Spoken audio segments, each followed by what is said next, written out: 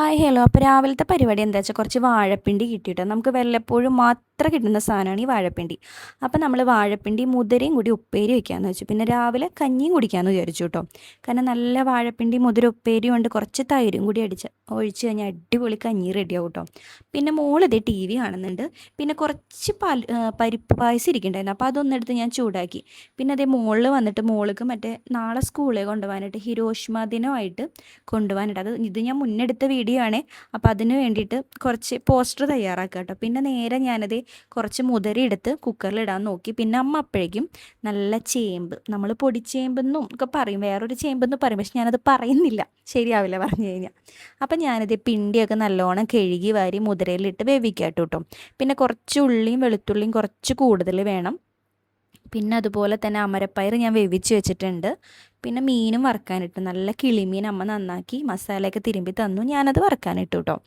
പിന്നെ ഞാനിത് ഉള്ളിയൊക്കെ നല്ലോണം ചതച്ച് നേരെ അപ്പോഴേക്കും അമ്മ അതേ മോരുകറിക്കുള്ള പരിപാടി നോക്കി തുടങ്ങി. ചീഞ്ചട്ടി വെച്ച് വെളിച്ചെണ്ണ ഒഴിച്ച് കടുകിട്ട് ഉലുവിട്ട് വേവിച്ച് വെച്ച ചേമ്പ് നേരെ ഒഴിച്ച് അത് അമ്മയുടെ വെപ്പാണ് കേട്ടോ.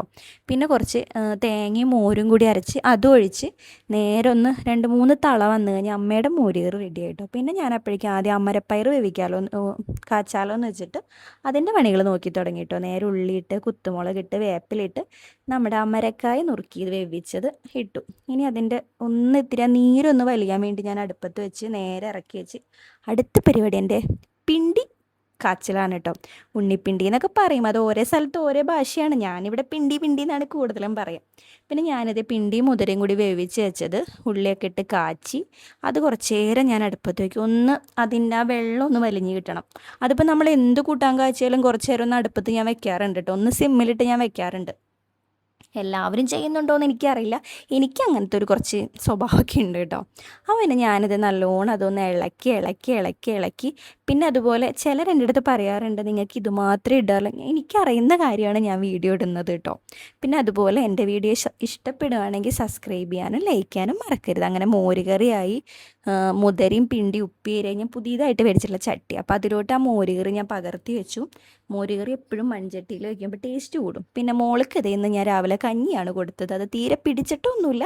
പിന്നെ ഞാൻ നിർബന്ധിച്ച് വേറെ ഒന്നും തരില്ല എന്ന് പറയാൻ കാരണം ആൾ കഞ്ഞി കുടിക്കാനിരിക്കും കേട്ടോ. നല്ല മോരും പിണ്ടിയും കൂടി ഉപ്പേരി ഇട്ടുകൂടെ. ഇനിയിപ്പോൾ മോളുടെ കുറച്ച് ഡയലോഗുകൾ നമുക്ക് കേൾക്കാം. ഇങ്ങനെ ടേസ്റ്റ് ചെയ്ത് നോക്കട്ടാ. അമ്മയുടെ പയറും പിണ്ടിയും